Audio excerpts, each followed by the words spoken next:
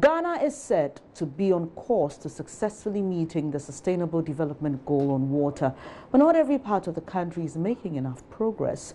Water is now a scarce commodity at Chamba in the northern region, following the drying up of the dam in the area that serves as its water source. The problem has been further compounded by the breaking down of majority of boreholes in the area, which are more than 2 decades old. Joseph Opoku-Gakpo visited the area and filed this report. Chamba, a village near Bimbela, has a population of about 10,000 people. This dam is the water the residents here rely on for their daily chores. It's supposed to be filled to the brim, to the level of the shafts, but it's dry most of the times, and mud is all what is left. The drying up of the dam has left the residents with no water. Okay,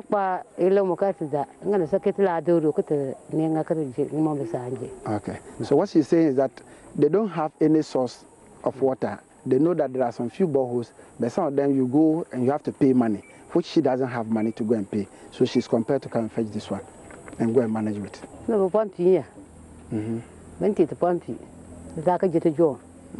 She would have wished for a borehole so that they don't take this dirty water. She herself knows that the water is dirty, but that is the only source of water they have. So she's compelled to fetch that one.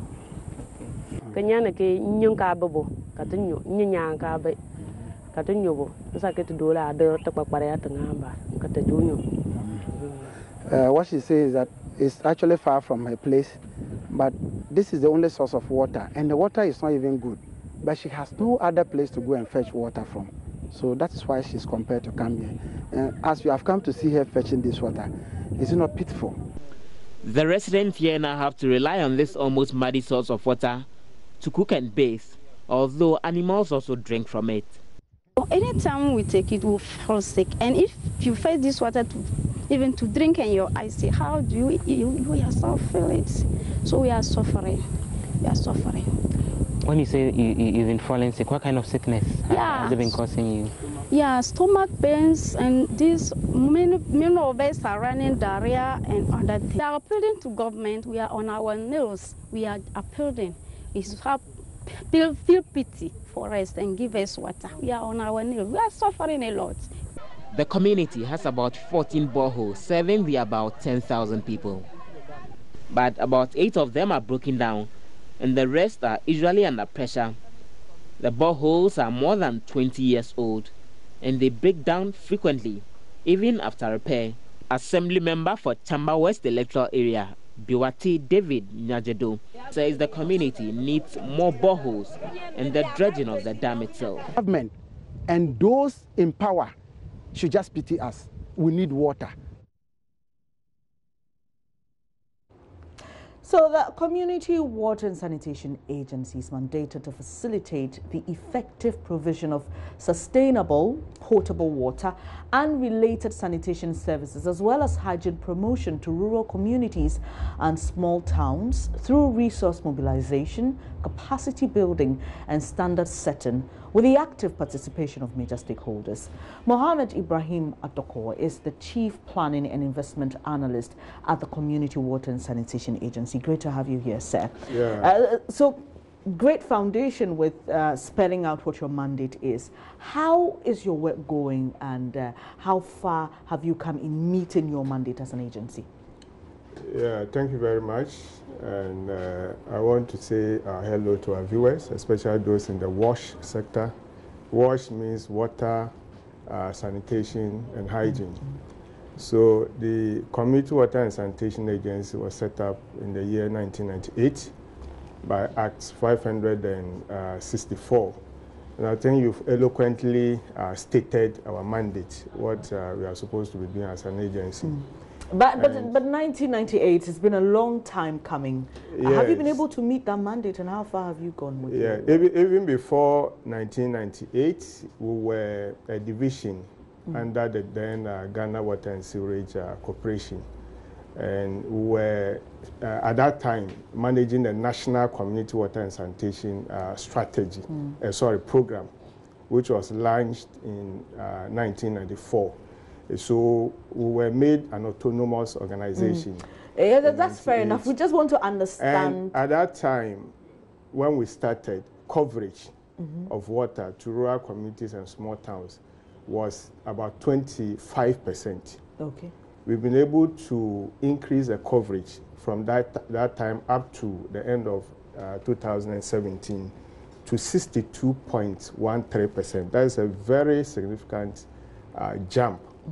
And we've contributed significantly to the elimination of guinea worm in the country. And a lot of our rural folks have been able to get water. We appreciate the fact that there are still a number of communities in the country which have not been able to have access to water facilities. And so about 38% of rural communities and small towns are still living without potable water facilities, which is bad. But it's work in progress. Government has shown a lot of commitment to support us to be able to meet the SDG targets of full coverage by 2030. So between 1998 and now, it's about 19 years, and you increase from 25% to 62%, is it? Yes. Looking at the time we have now, between now and the time we need to meet that SDG goal to have full coverage of water in the country, are we likely to meet it? Yes, we are likely to meet it. It's all about government's commitment. But you're supposed to be working with other major stakeholders. That's the impression we get. Does it include stakeholders in the private sector if government alone cannot help you meet that target? Yeah, unfortunately, we're working very closely with development partners, multilateral and bilateral organizations. Unfortunately, in the last 5 years or so, since we declared ourselves middle income, a lot of these donors have left the sector. And has that affected your work? Yes, it has. And it has really slowed down the rate of increase of access of water to rural communities and small towns. But fortunately, government has come out with a program called the Water for All Agenda, which is seeking to provide 300 small town pipe schemes to small towns, and then about 18,000 boreholes to rural communities, and then about 2,000 limited mechanized schemes to the areas we deal with. And so we hope that if the necessary funding is made available, we'll be able to meet the targets, maybe even before 2030. What qualifies a community to get support from you? Yes, so a community, we operate within certain population thresholds. Normally, we start with communities or hamlets which have populations of 75.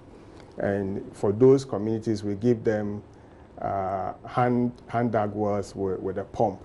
And then we have communities of 300 and above who get a borehole with a hand pump. And then from 2,000 and above, we give them pipe schemes of varying technological options. And so a community is qualified to get water from us if they show commitment to taking care of the facilities after it's been provided to them, after the capital expenditure. And how do they show that commitment? What will be the proof of that commitment? In the past, there was something we called community contribution. After the program, when we get funding from donors, and the program is launched at the national level, it's also launched at the regional and district levels. And so all communities which are interested apply through the district assemblies. And so they show the commitment through the application and open bank accounts and all that. But for the past, I think, 8 years or so, the community contribution was abolished, because the argument was that if those in urban areas were not paying any counterpart funding towards the provision of water facilities, why should rural communities be saddled with that kind of burden? So now the commitment is more with operation and maintenance, your commitment to operate the facility after My point is that when you go enter a community, how do they show proof of such commitment?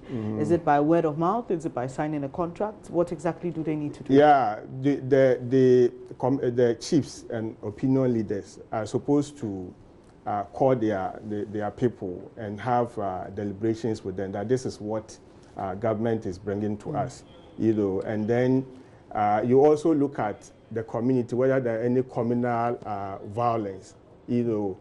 There are a lot of indicators we use. Okay, let's make it a bit more practical now. So if I'm living in a community watching TV now and we don't have water and we have a population of about 75 or more, how do we get you to help us have access to potable water? Yeah, for now, they have to apply through their district assemblies.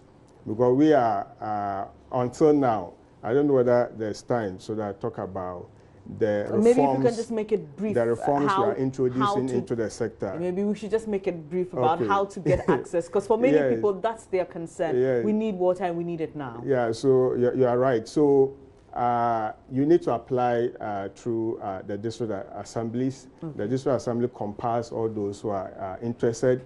If there's funding, if you're able to secure funding, then we go to those communities, and then in collaboration with the district assemblies, we provide the facilities.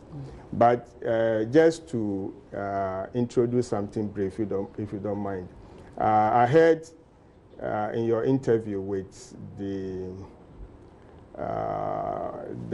lady from Chamba or so. Okay. And I think the conversation was about the fact that she cannot pay for the water, and therefore she resorts to fetching from the dam, and the dam is dried up and all that. Those are the challenges we are facing with the sector now.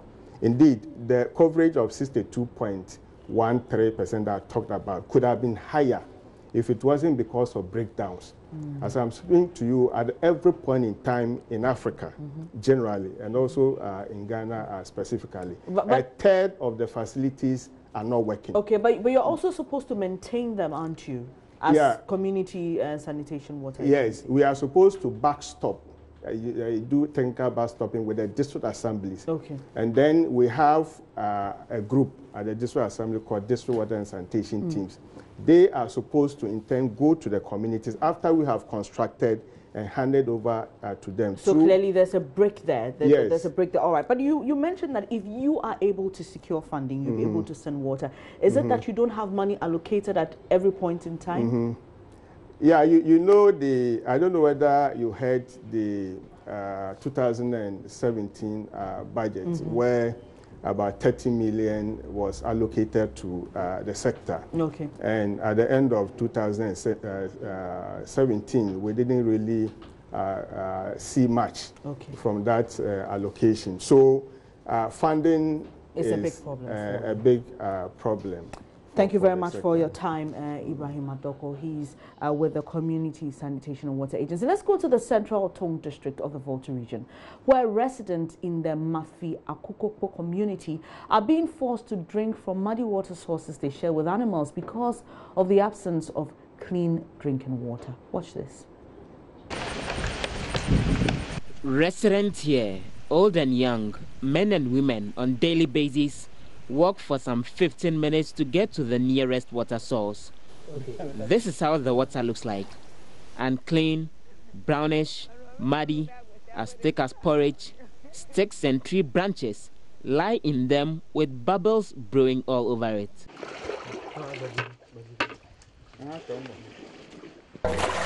Felicia, a mother of 4, stands in the mud as she stretches her hand and fetches from the deep source into her basin. A large chunk of what she fetches is actually mud. But guess what? They drink it like that, without any form of treatment. He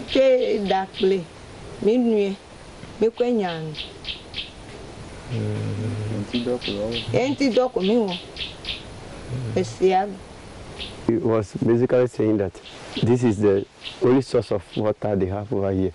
And when they fetch it, they'll send it home and they use it to cook. They drink it, do everything with only this water. Back home, Felicia. So we've got the Chief Planning and Investment Analyst Officer of the Community Sanitation Water Agency. So we've seen these stories, and there are a lot more we can't tell here in the short time we have. So your final words in regards to dealing with this problem and meeting our target of providing water to all by 2030. Okay, thank you. We're operating a management model called community ownership and management.